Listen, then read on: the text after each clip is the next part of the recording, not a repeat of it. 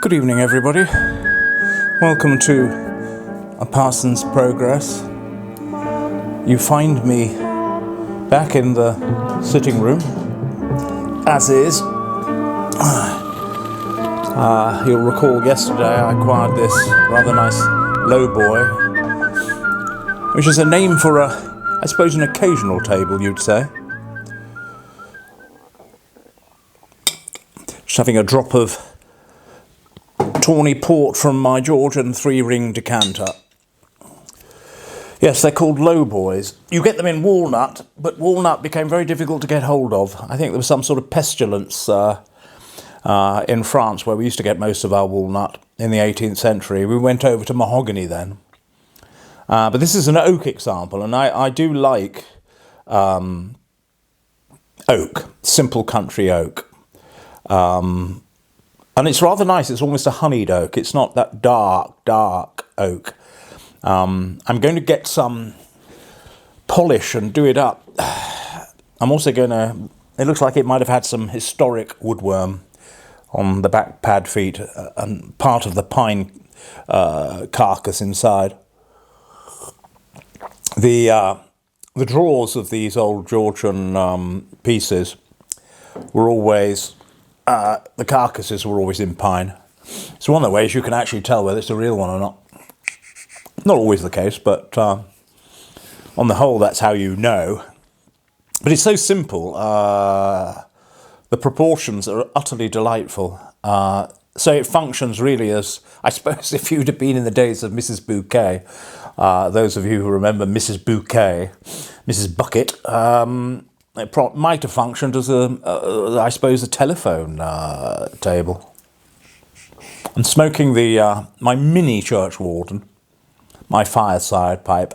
I think it's just called fireside. I don't know if that was the make or what. I'm going to continue smoking the Peterson Special Cut. Great smoke. I forget who it was that recommended it. I don't know if I'd keep buying it, but it's a very, it's a very good little go-to mild tobacco. So anyway, yes, that's the low boy. They can command extraordinary sums, but I just thought the proportions of this one are utterly delightful. And I've been looking for one, as I said, I think yesterday, for an inordinate amount of time. I mean, you don't have much choices, do you, really, when it comes to wine tables as such, not nice period ones. On the whole, you tend to just get those little round things, don't you?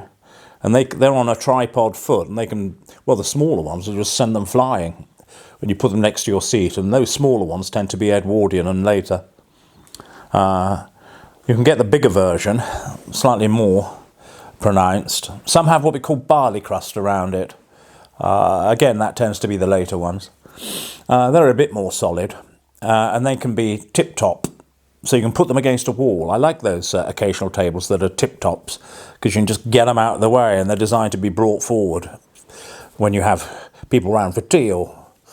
But as I say, make a great wine table. But I was thinking about it, and I've had all of those in the past. I just thought, no, a low boy is what you need.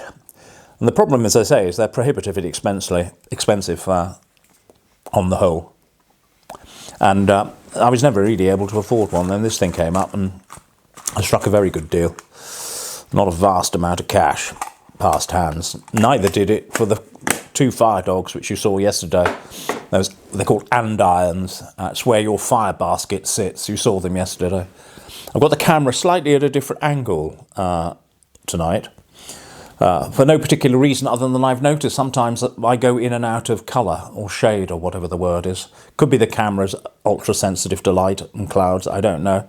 I don't know anything about tech. But yes, they're called andirons or fire dogs, and you put your fire basket and throw your logs on that. In fact, talking about tech, I sent back the microphone that I was using yesterday. There were a number of comments. Some said it was fine. Some said, no, go back to whatever it was you were using before. Well, what I did was I did send it back. my own reflections upon my mic yesterday. One, it was good in the sense that it was Bluetooth, so that's great, but then you've got to charge those. Got to charge them up. The other problem was that the receiver that goes into the camera, the 3.5 millimeter jack, obstructed the little vision panel. See, when I'm talking to you now, I can actually see myself, whereas there was this bloody great big receiver panel in the way on the other one, so that wasn't good. The other thing I noticed was that the sound was tinny, I thought. I've no idea if this one will be any better. I just thought it sounded very tinny, and there was also a bit of a buzz on the line as well.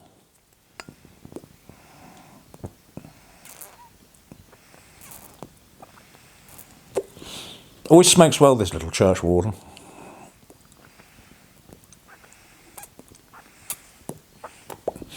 But it's quite small, you can't get much in it. I don't know how long that smoke will last, 15 minutes, 20 minutes? But anyway, yeah, the mic went back, for those of you who commented. Hopefully this will be a bit clearer, I don't know. I'm not an expert. I'm not even sure how close to your cake hole the actual mic should be. If it's too close with it, just echoes and sounds awful, I don't know. One would think that on a good mic, you get some good bass. So we'll see what this sounds like in practice.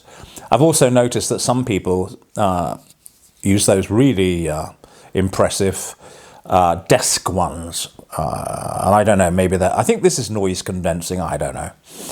So, yeah, but then I don't think it suits my aesthetic to have a great big thing coming up here and across here and dangling down in front of me. I don't think that suits the medieval aesthetic that I'm trying to create here. I mean, you probably can't even see my... well, it's not a furry ball. I sent my 2 furry balls back yesterday. This didn't come with a furry ball, but I've got a spare furry ball in the drawer. And, yeah, of course you don't need a furry ball in here because there's no wind. So we'll see how we get on. But do let me know in the comments, won't you, that whether you think this is an improvement over yesterday. Some people preferred it when I had no mic at all and I just used the camera mic. But that, of course, picked up all sorts of weird noise that didn't even exist sometimes. My clerk of work said it sounds like you're living next to a motorway.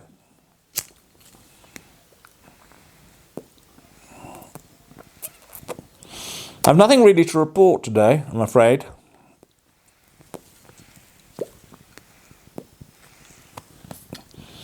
I haven't really done anything. Apart from my morning prayer and devotions and meditation. I always do that, whatever's happening, or however ill I feel, or tired I feel. My, is it called the V5, arrived today for the Land Rover. You know the documentation, is that a V5? So it was nice to see my name and address against the registration number. Although I'm a bit annoyed with the Land Rover today. There was one partially good thing and a few bad things. The good thing was, do you remember I said it was smoking a lot? A bit like me. Somebody said it will sort of, you know, calm down after a while, and it did. Still smoky though, but not terribly. I mean, on startup, I mean, it was like the Shekinah of the Lord. You know, it was like high mass at the Brompton Oratory. There was that much smoke and incense, thick smoke filled my little forest area. But I thought, well, what I'll do is a controlled experiment and just let it go, just, you know, observe it really.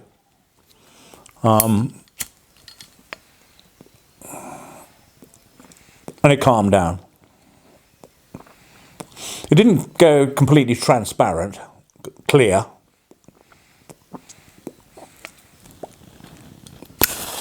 Maybe it never will on a 1965 Land Rover. To wit, I've got the chassis number. Well, I can't. That doesn't really tell you very much because it's not a VIN, a VIN. With a VIN, it'll tell you everything.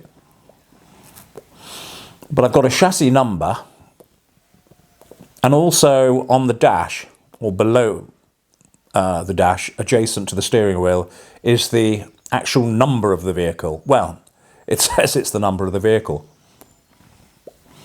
But of course, if they put a Series 3 dash in, which clearly they have, maybe that imported the old serial number, that maybe came with it. So that might be misleading.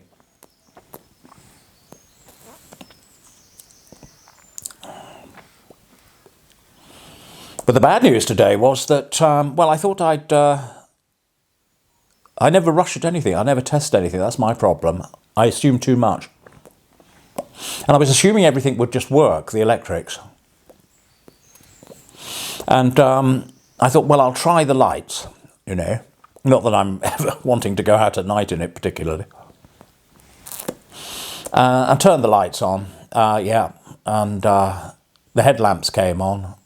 I couldn't quite test whether full beam or ordinary beam was working.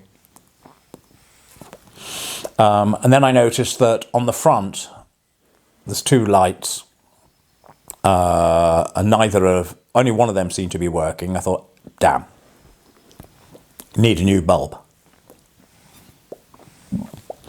And then I went to the back, and I think all the lights were working. Well, those two lights were working anyway. But I think they're called parking lights, aren't they? Side lights. So the side lights, apart from one, were working, I think. Then I thought I'd test the indicators. Nada. Switched it up. Nothing. Switched it down. Went outside, front and back. Nothing. And it also wasn't even making that. I don't know if they make it, do they, on those old cars? It didn't make that noise then. You know, the indicator makes that noise, doesn't it? Go. So there's none of that going on. Then I also noticed, I think, that none of the gauge lights were on either. Within the little dials. None of the little blue and little green and little whatever. Those lights weren't on. So there was a problem, Houston. Perhaps the Landy people can tell me. I know I've had a little look. It could be a number of things. Sometimes you put the wrong bulbs in. Sometimes it's not earthed correctly. It's like Spaghetti Junction along there at the back. Maybe some damp got in, I don't know. It could be blown fuses. Could be your flasher unit. Needs to be replaced. Could be a host of things. And then one person was saying you need one of those circuit tester things. I don't know. I've got a voltmeter, a multimeter, but I don't think that's no good for that. So I might have to invest in one of those because I am determined to save money by not going to the garage. But the problem is, you see, I had indicator problems on my 300 TDI, but I sold it as is with that problem because it's an MOT failure. But of course, this doesn't need a MOT. So I suppose legally I could do what we used to do in the old days. Well, it's before my time even. Well, not quite before my time. Where you stick your hand out of the window and you go like that. If you're going that way. And I think just that, if you're going that way. That's what they used to do. Before indicators were invented. And I think actually it's still technically legal. Perhaps in the comments you might be able to tell me whether it is or not. Because I might be forced to do that in the short term. I'm sure it's not a huge fix, but a fix it is. And a nice little project, something for me to tinker on. I don't really like electrics, but I'm rather hoping that the electrics on a Series 2A or Series 3 is not too difficult. But what was interesting, why I say that was because what's made me rather nervous is when I put my 300 TDI into my local garage. It failed its MOT because of that.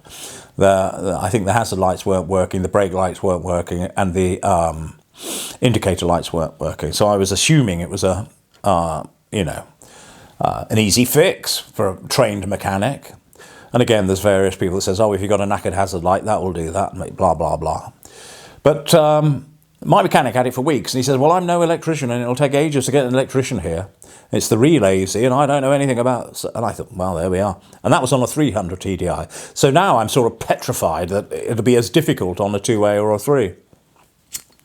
Now, this must be boring the living socks of people who come onto the channel to talk about pipes or hear poetry or hear my book. Or even hear my sermonettes. I haven't got a sermonette. Normally a sermonette comes to me during the day when I'm pondering. I'm pondering about life, but I haven't really pondered about life today. It's been a real quiet rest day. I mean, yesterday was full on. It's been a full on week, really. What day is it? Friday. I always laugh about Fridays, because some of you will know that I came down from Yorkshire and sold my house up there. I'm not entirely sure how long it'd been on the market for, but it was getting on for a year by the time I exchanged. When we exchanged contracts on the house. And it was so funny. You see, Friday is the end of the working week for the lawyers, for solicitors. And for absolutely months before exchange, I was always thinking, well, by this Friday I'll have exchanged. Fridays would come, Fridays would go. Well, never mind, we've done that, we've answered that query, we've done the other, we've sorted the deeds out. We'll definitely exchange by this Friday. Never came. And this went on for weeks, weeks and weeks and weeks. Weeks and weeks and weeks. And eventually, one Friday, we did bloody well exchange. Now, I'd always said to myself that I would crack some champagne on the day of exchange. But I was so ruddy exhausted by the process that I don't think I had the energy to get up and get in the car and go and buy a bottle of champagne. I did, however, treat myself. I'm a great believer in sort of down purchases on one's future. Bear with me a minute and I will explain. For example, this place. I'd fallen in love with it before I'd even seen it. And I bid for it on the telephone without seeing it. A bit like me buying a Land Rover without checking the bloody lights and the electrics. That's how I am, really, unfortunately. I'm a bit spontaneous. Normally it works, though. Certainly works in antiques. And I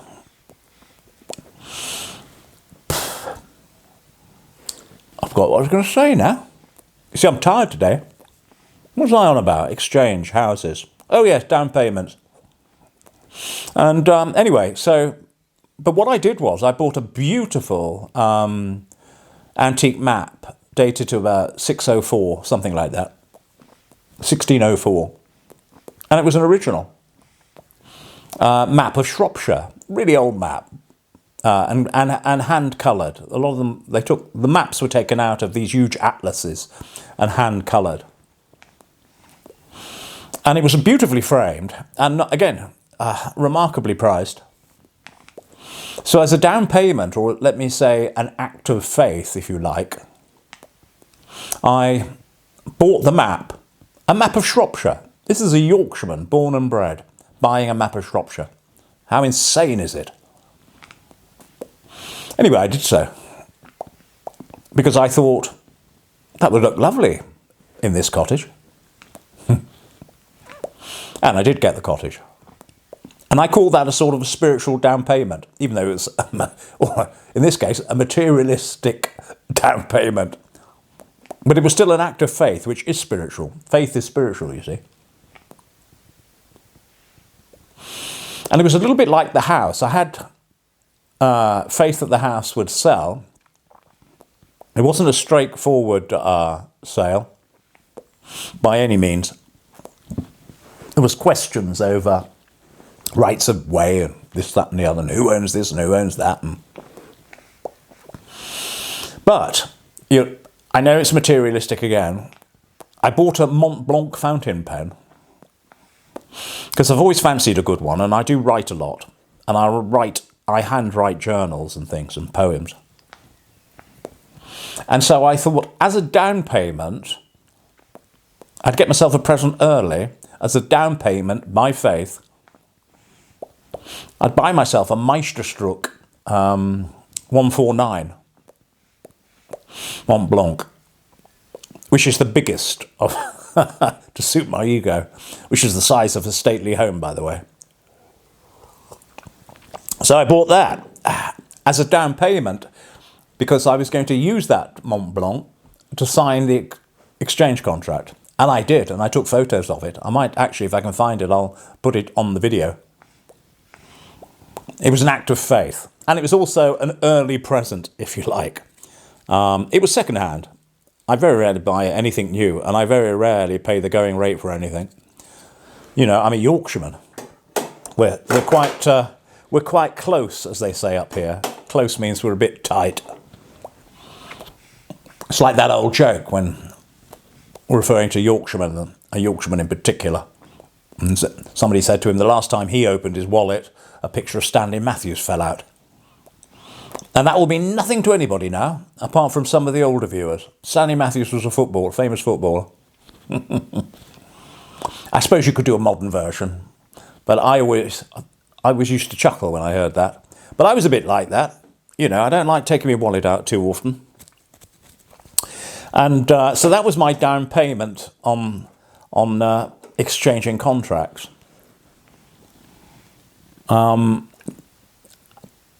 it's, I suppose, an act of faith, really.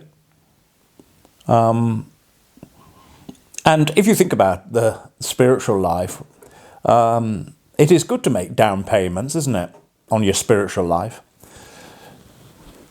Creating acts of faith. Of course, some acts of faith could just be acts of stupidity. And I've done that before now. You'll remember, if you've seen any of my old videos, and this was a monumental act of stupidity. I don't regret anything I've bought. Houses, cars, even antiques, really. Because even the antiques you buy that are wrong, what we call wrong-uns, you learn then, don't you? You learn exactly what an authentic one looks like when you've seen one that isn't. It forces you to be something of a detective. So you learn by your mistakes. But the biggest mistake I made, and the most expensive in recent history, was buying that bloody boat. Do you remember the boat? You'll see it if you go in the back catalogue. I'm looking a bit chubbier in those old videos. I'm still a bit chubby now. Well, I'm working on it. I'm a work in progress, friends.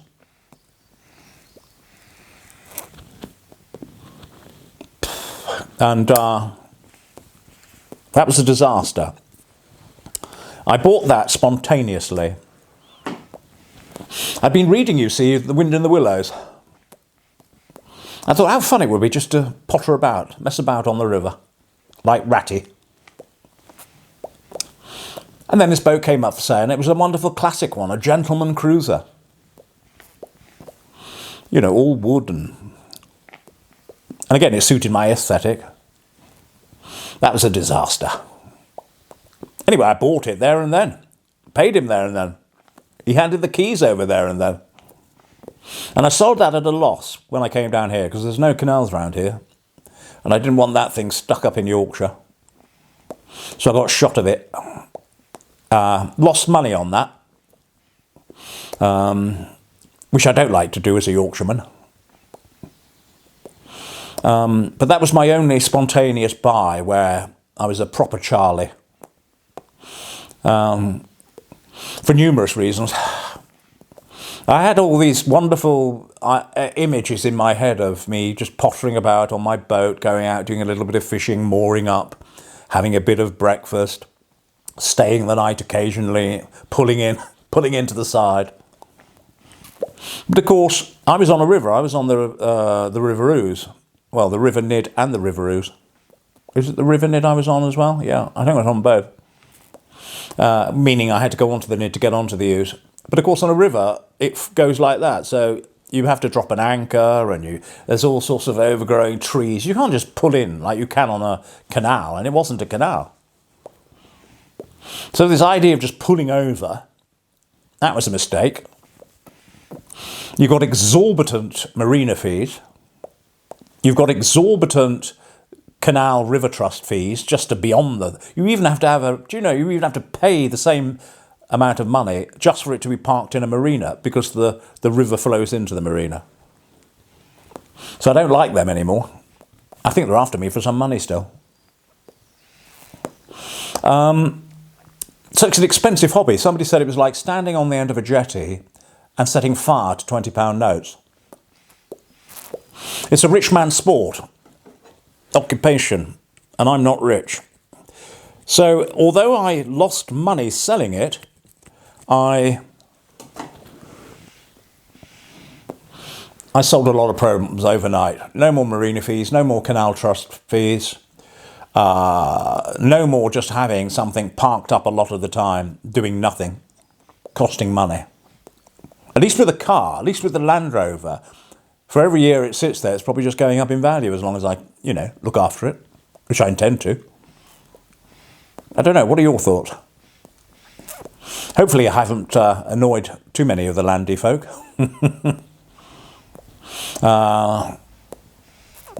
By saying that it's a Series 2A. That's what it says. It went through auction at Brightwell's, and it was saying that it's a 2A, and everything else says it's a 2A, and it clearly has Series 3 additions. They might have started life as a 2A. Or it could have been a Series 3 all its life and somebody's just swapped a registration over at some point. Seems hardly likely, that one. But it could have happened. Apparently it did happen, according to one of my viewers. I'm not really worried one way or the other as long as I know how to fettle it when it's not working. It looks the part. I don't want to modernise it. I couldn't even tell you if it's got drum brakes or not. I'm assuming it has got drum brakes, as opposed to disc brakes. I don't think it's got synchromesh on the gears, but I might have got that wrong. Third and fourth seem very, very easy to get in and out of. So maybe it has. I know the engine was changed and uprated. So there we go. That was my day. A day of nothingness. So I suppose the only spiritual lessons I can leave with you today, my friends, is sometimes make a down payment, spiritually or materially, if you have faith in a particular project or a particular direction in which you want to go. Make a little down payment of faith and see how you get on. I've done very well by doing that. And with that, my friends, because I have nothing to talk about, I'm tired today. I'm happy though. I'm in a good place. I hope you are too. And keep a watch out of that pearl of great price, that spirit, that essence, that soul that you own, you have, that inhabits you. Look after it, cherish it, protect it. And don't forget to put a down payment on it.